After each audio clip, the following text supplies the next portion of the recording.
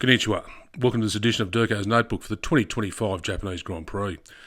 Not a lot to talk about this time round because it really wasn't much of a race. Anyway, pull up a pew, sit back, relax and enjoy the show.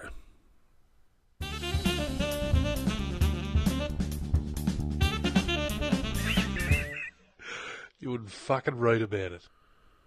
So for round 3, we've returned to Suzuka. It's in my top 5 of circuits to race on. I think it's one of the best. Well, hopefully I'll get there next year to actually see it for myself. A few of us are planning to do a trip and visit the Suzuka circuit. Now, obviously for Duan, he is a man who has got a massive price on his head, and that price is to be paid in Argentinian pesos.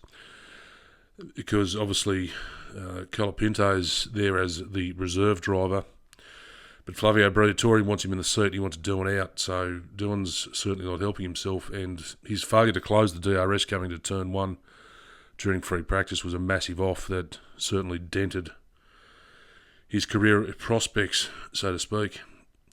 Now, I noticed a lot of the drivers were struggling going through Degner 2, and they just kept going off through the tunnel. It goes under the 130R, which forms the fabulous figure of 8 that is Suzuka, of course. But yeah, they just struggled a lot just getting the rear left off into the gravel a few times, and one of those mostly was Lando Norris. He just couldn't get the right setup. Now, Lance Stroll had just an absolutely bullshit, disastrous quali lap and decided to go through the kitty litter and got P20 and obviously ended the race in P20. So another weekend to forget for him and his overall career.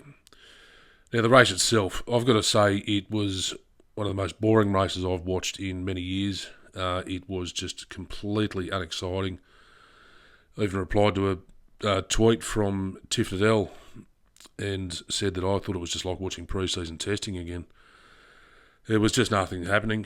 You can't say it was down to tyre wear or strategy or whatever. It was just a non-event race.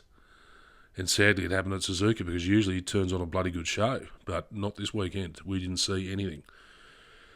The only bit of interest and discussion point really was Lando Norris trying to undercut Max coming out of the pit exit and turning his McLaren into a ride-on lawnmower, which didn't work for him. And I think in the post-race interview or discussion cool-down room, he saw a video replay and realised where he was at fault. So overall, I've got to give that 2025 Japanese Grand Prix 1 star. I just wanted to restart the whole thing and just watch it again. The only reason I was able to stay awake through it was to mate George visiting, and he talked the whole time asking questions about F1 because he's new to the sport. So that's the only reason I didn't fall asleep. My driver of the day, I'm going to give it to Antonelli. He is absolutely wringing the neck out of that Merc. I mean, obviously George Russell's got years of experience in the team and that car.